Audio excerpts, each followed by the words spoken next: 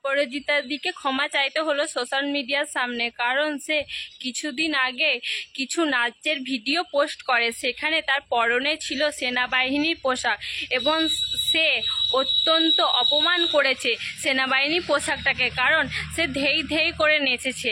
সেই জন্য তাকে ক্ষমা চাইতে হয়েছে সোশ্যাল মিডিয়ার সামনে এবং তাকে 24 ঘন্টার মধ্যে সেই ভিডিও তাকে ডিলিট করতে হয়েছে তার আইডি থেকে।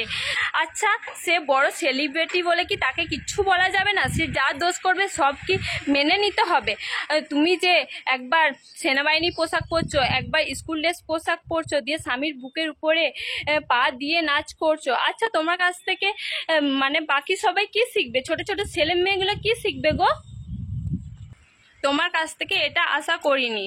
এমন ভিডিও করো যাতে তোমার কাছ থেকে ছোট ছোট বাচ্চারা ভালো কিছু শিখতে পারে, কারণ তারা স্কুলে যাবে সেই পোশাক পরে, আর তুমি সেই পোশাককেই অপমান করছো।